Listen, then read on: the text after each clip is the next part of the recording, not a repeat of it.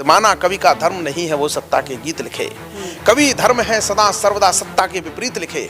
किंतु होगा मद में राजा तो आगाह करेगी कविता, पर वो होगा समर भूमि में तो उत्साह भरेगी कविता। धर्म है ये कहना कि 4 बांस 24 गज अंगुल अष्ट प्रमाण ताऊ पर सुल्तान मच चुके चौहान। अयोध्या में राम जी विराज गए, मोदी जी ने स्थापना करी कि हमने राम जी को जाते हुए नहीं, हमने राम जी को आते हुए देखा है। तो अब विधानसभा में जाना कब होगा आपका? कि विधानसभा 2027 या 2024 मोदी क्यों जरूरी है इस समय, क्या कहना चाहेंगे?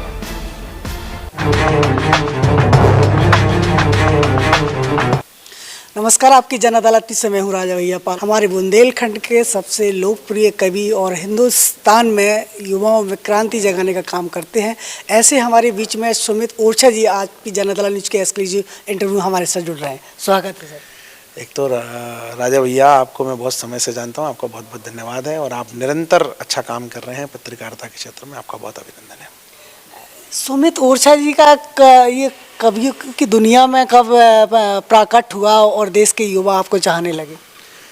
कवि का प्राकट्य तो परमात्मा की कृपा से ही होता है, उसमें स्वयं का कोई प्रयास सफल नहीं होता। पूर्व जन्म की कोई पुण्याई होगी, माता पिता का पूर्वजों का कोई पुण्य कर्म होगा जिस कारण से यह करने को, रहने को, कहने को कविताई मिली, रहने को हिंदुस्तान मिला। निश्चित रूप से ये सौभाग्य का कोई कारण है, भगवान की कोई कृपा है।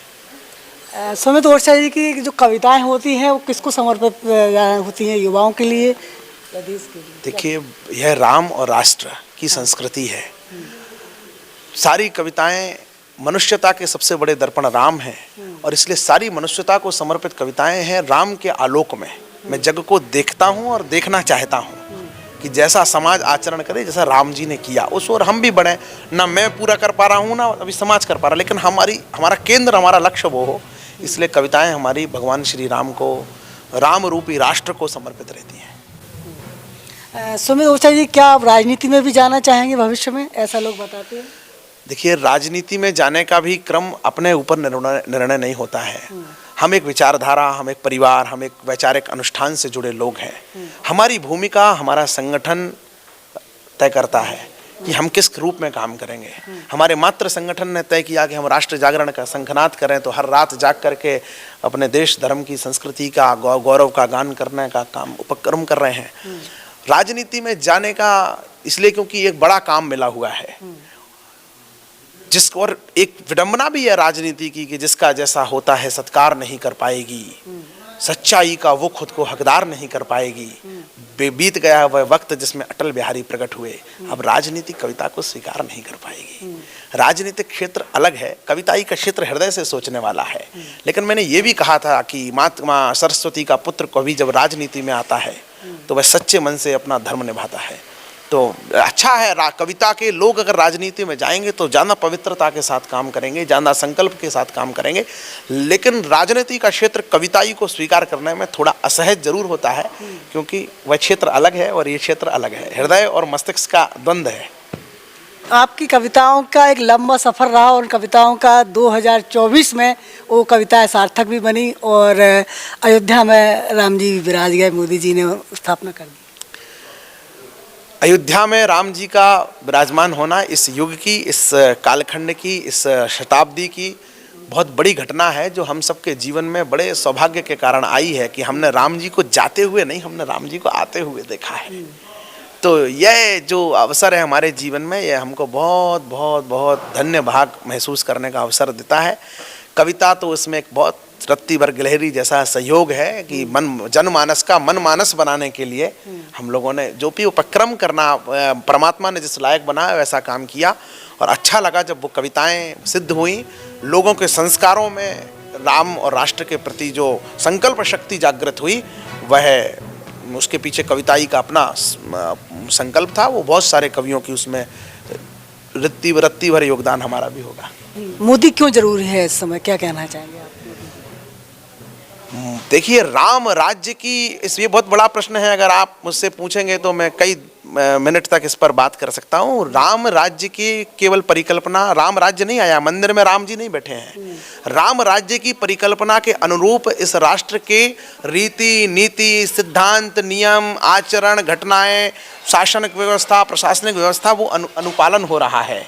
राम जी ने शबरी के जूठे वेर खाए और अब जाकर के प्रयाग में जाकर के देश का राजा सफाई श्रमिकों के पैर पखारता है, संसद बनाने वाले मजदूरों के साथ पंक्ति में बैठ करके भोजन करता है कि इन्होंने संसद बनाई है। ये जो कृतज्ञता का भाव है राष्ट्र के एक एक नागरिक के प्रति, ये राम राज्य है।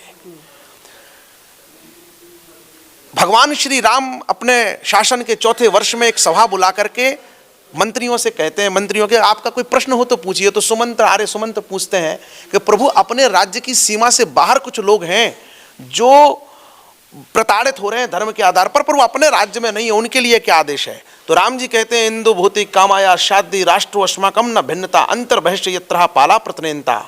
हमारा एक भी सनातनी एक भी आर्य हमारी सीमा में हो या सीमा के बाहर हो, उसकी रक्षा राम का राज्य करेगा। तब त्रेता में और अभी भी संसद ने कानून बनाया है कि कोई भी नागरिक बौद्ध हो, जैन हो, ईसाई हो, सिख हो, पाकिस्तान हो, अफगानिस्तान हो, भूटान हो, कहीं भी हो, धर्म के आधार पर अगर कहीं प्रताड़ित होगा तो भारत उसका अपना देश है, उसे नागरिकता भी देगा, उसे बुलाएगा भी, उसका पोषण करेगा।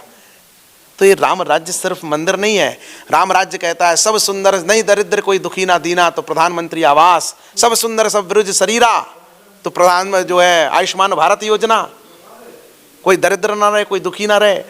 फूल है फरें सदा तरुकानन, तो पर्यावरण और चारों चरण धर्म जग माही, चारों चरण स्थापित हुए, चार चरण सत्य के, दया का, क्षमा का और शौच का, यानी स्वच्छता।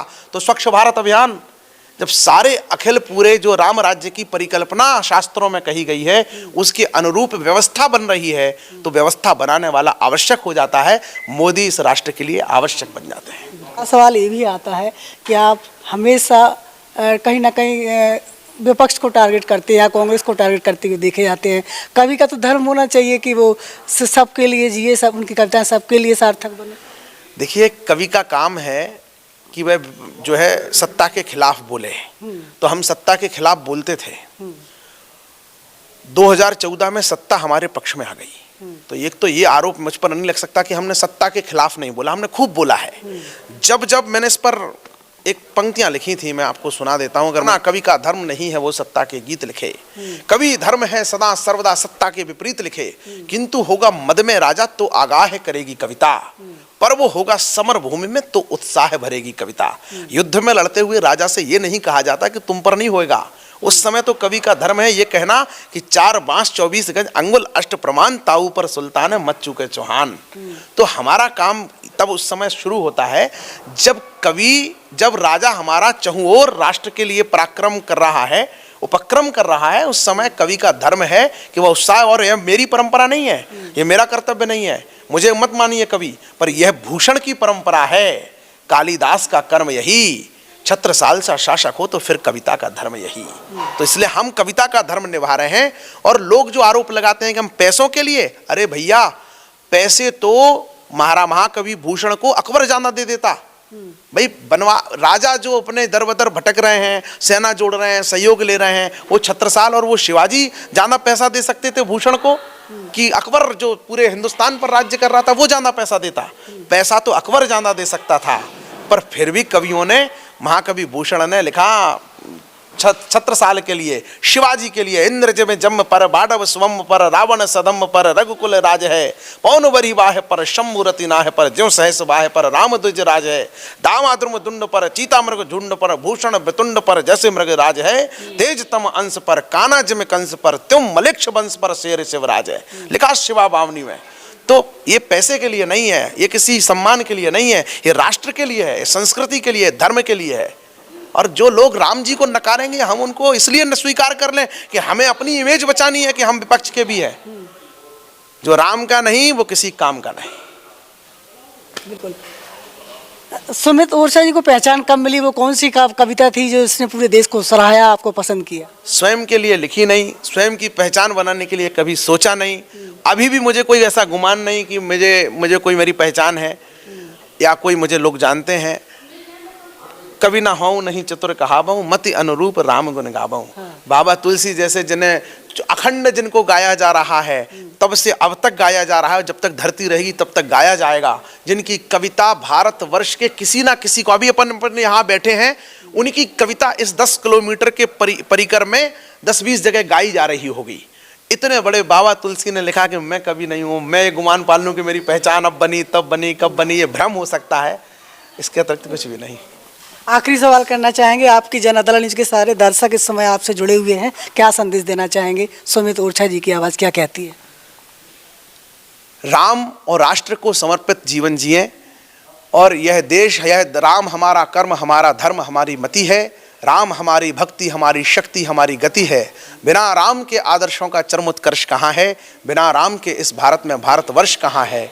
तो राममयी राष्ट्र को कल्पना में अपने हिस्से का योगदान दें, अपने अपने हिस्से की संविदा डालें और निरपेक्ष भाव से बिना कुछ प्राप्ति की कामना के साथ डालें। यही संदेश है, यही आग्रह है। एक अच्छे नागरिक बन करके राम राज्य के नागरिकों का चरित्र कैसा होना चाहिए वैसा अनुरूप आचरण करें, यही शुभेच्छा है। तो आज आपकी जन अदालत न्यूज़ के एक्सक्लूसिव इंटरव्यू में हमारे बुंदेलखंड ओरछा से सुमित ओरछा जी कवि जी हमारे साथ जुड़े हुए थे। तमाम मुद्दों पर चर्चा हुई। राजनीति में कब जाएंगे या क्या है वो भी आपको वक्त पर पता चल जाएगा। इस तमाम सवालों के बाद भी आपका कोई सवाल है हमें लिखिए। जुड़े रहिए आपकी जन अदालत न्यूज़ के साथ। नमस्कार।